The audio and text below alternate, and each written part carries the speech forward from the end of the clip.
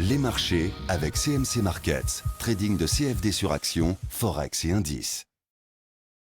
Salut, c'est Trado, voilà la vidéo de mise à jour pour l'indice parisien, un petit peu en retard puisqu'il est 10h30. Bon, mais d'abord merci beaucoup pour tous les messages très sympathiques qui m'ont été envoyés avec des bonnes vacances par-ci, des prends soin de toi, ça fait vraiment très plaisir. Merci beaucoup encore. Bon, comme je le disais dans la vidéo d'il y a quelques jours maintenant, je privilégiais toujours la formation d'un canal, dont voici la borne haute et voici la borne basse. J'avais dit également qu'on avait rebondi sur les 38,2% de retracement de Fibonacci après avoir comblé le gap, ce qui me faisait penser justement à la possibilité d'une zone de temporisation, consolidation, latéralisation, on va dire. Voilà.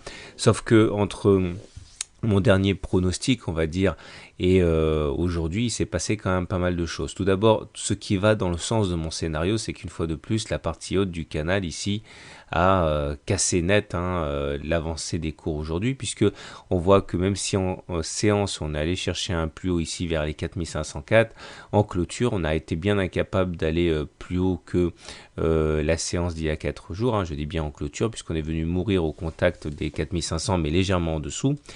Et avec un nouveau Turtle Soup. Là, le dernier Turtle Soup nous a mené à baisser de 4500 à 4430. Donc voilà, ça va dans le sens de mon analyse de la formation d'un canal. Maintenant, si on veut être complètement objectif, entre-temps, les indicateurs techniques se sont légèrement retournés. Tout d'abord, ce fameux Trix est repassé au-dessus de son signal. Or, c'était un des éléments justement qui me faisait penser que on était parti pour une consolidation durable, le fait que le Trix soit passé en dessous de son signal, et on avait même vu que généralement ça fonctionnait plutôt bien ce signal, sauf que là, il y a eu une baisse certes, mais une baisse qui a été quand même relativement assez faible, avant de repasser au-dessus de son signal, donc ça me fait m'interroger sur le potentiel de baisse à venir.